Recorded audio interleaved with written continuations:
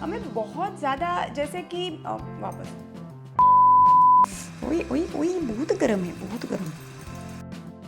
ये इतनी हेल्दी है कि इस वापस आज मेरे किचन में बहुत ही हेल्दी रेसिपी बन रही है। हम आज बना रहे हैं चने की दाल एंड चावल के फरा। और ये वाले जो फरा है ये स्टीम करके बनाए जाते हैं, इसलिए बहुत ही ज़्यादा हेल्दी होते हैं। आप चाहो तो इसको तड़का लगा के भी खा सकते हैं, जो हम आज बनाने वाले हैं। और ये नॉर्थ इंडिया से आती है रेसिपी, और कहीं कहीं जगह पे इसको चावल के आटे से बनाया जाता है या तो फिर गेहूं के आटे से भी बनाया जाता है। तो फरा बनाने की शुरुआत करते हैं। उसके लिए सबसे पहले हमें पिट्ठी तैयार करनी पड़ेगी। पिट्ठी का मतलब ये होता है कि ये जो चने की दाल होती है उसको हमें जितना हो सके उतना कम पानी ऐड करके पीसना है कुछ मसालों के साथ। और ये चने की दाल मैंने अप्रॉक्सीमेटली 1 कप ली हुई है और इसको 4-5 घंटे से भिगाई हुई है। एक मिक्सर जार में मैं ये भीगी हुई चने की दाल ले लेती हूँ पहले। और अब चने की दाल के साथ ही पीसने के लिए हम ऐड कर देंगे अदरक का टुकड़ा, हरी वाली मिर्च, थोड़ा सा लहसुन एंड बहुत सारा धनिया। ये जो फरा होते हैं ये बहुत मसालेदार नहीं होते हैं, इसलिए इसकी जो पिट्ठी होती है वो एकदम टेस्टी बननी चाहिए। और अब ऐड कर देते हैं मसाले, जिसमें मैंने लिया है हल्दी पाउडर, धनिया पाउडर और थोड़ी सी हींग। और अब लास्ट में ऐड कर देते हैं थोड़ा सा जीरा एंड नमक। और अब ये चने की दाल को हम पीस लेंगे, पल्स पे पीसेंगे। हमें जैसे चीले का बैटर होता है वैसा बिल्कुल नहीं चाहिए, सूखा सूखा सा चाहिए और दरदरा सा चाहिए।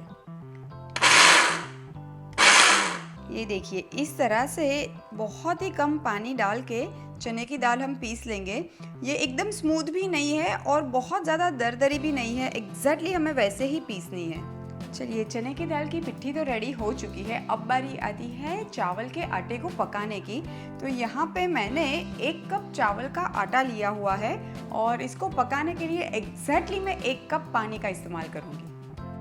पानी में मैं थोड़ा सा नमक ऐड कर रही हूँ, पर ये टोटली ऑप्शनल है। अब ये पानी उबल चुका है, यही टाइम पे मैं ऐड कर देती हूँ 1 कप चावल का आटा। चावल के आटे को इस तरह से मिक्स कर देंगे और फिर अब मैं हीट को टर्न ऑफ कर देती हूँ और ढक के छोड़ देंगे 15 मिनट के लिए। अब ये चावल का आटा हल्का हल्का सा ठंडा हो चुका है। मैं इसको एक बड़ी सी परात में ले लेती हूँ और अब हल्का सा तेल वाला हाथ करके मैं ये आटे को अच्छे से मल लेती हूँ। अब ये चावल के आटे को मैं बेल लेती हूँ और एक पूरी की साइज का मैं शेप कट कर लेती हूँ। आप चाहो तो एक एक भी बेल सकते हो। जो मैंने मैट ली हुई है उस पे भी मैंने हल्का सा ऑयल लगाया है ताकि चावल का आटा चिपके नहीं। अगर आप चकला पे बेल रहे हो तो भी आपको हल्का सा ऑयल लगाना है। हमें ये जो थिकनेस है वो जो नॉर्मल पराठे प्लेन वाले हम बनाते हैं ना, बस उतनी थिकनेस तक ही बेलना है। इसके ऐसे राउंड कट कर लेते हैं। आप ग्लास, कटोरी किसी का भी इस्तेमाल कर सकते हो। और अब ये जो पीसी हुई चने की दाल है वो लेके हम ये फारा में भर लेंगे। अच्छे से ये दाल को स्टफ करेंगे हम और बस इसको आधा फोल्ड कर देंगे। और बस ये देखिए इस तरह से हम सारे फारा को भर लेंगे। सारे फारा तो भर के रेडी है और अब हम इसे स्टीम कर देते हैं। सबसे पहले स्टीमर में हल्का सा ऑयल लगा लेते हैं और एकदम हल्के हाथों से ये सारे फरा को हम प्लेस कर देते हैं स्टीमर में। और हम ढक्कन लगा के 10 से 15 मिनट के लिए इसको स्टीम कर लेंगे। ये जो फरा है ये बहुत ही अच्छे से स्टीम हो गया है। आप चाहो तो ऐसे भी इसको एंजॉय कर सकते हो, पर मैं एक तड़का लगाती हूँ तो एक बार इसको बीच से कट कर लेते हैं।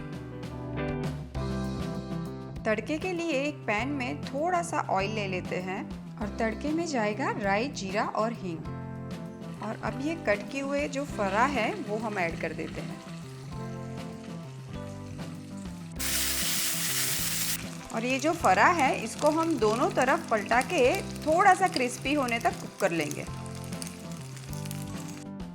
फरा तो बनके रेडी है, फटाफट से प्लेटिंग करते हैं इसकी।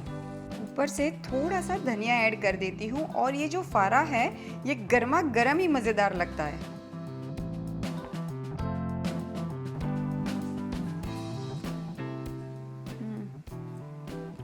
Just too good. चाय के साथ तो ये इतने अमेजिंग लगते हैं, और सिर्फ स्टीम वाले भी आप खा सकते हो, बहुत हेल्दी है, टू गुड।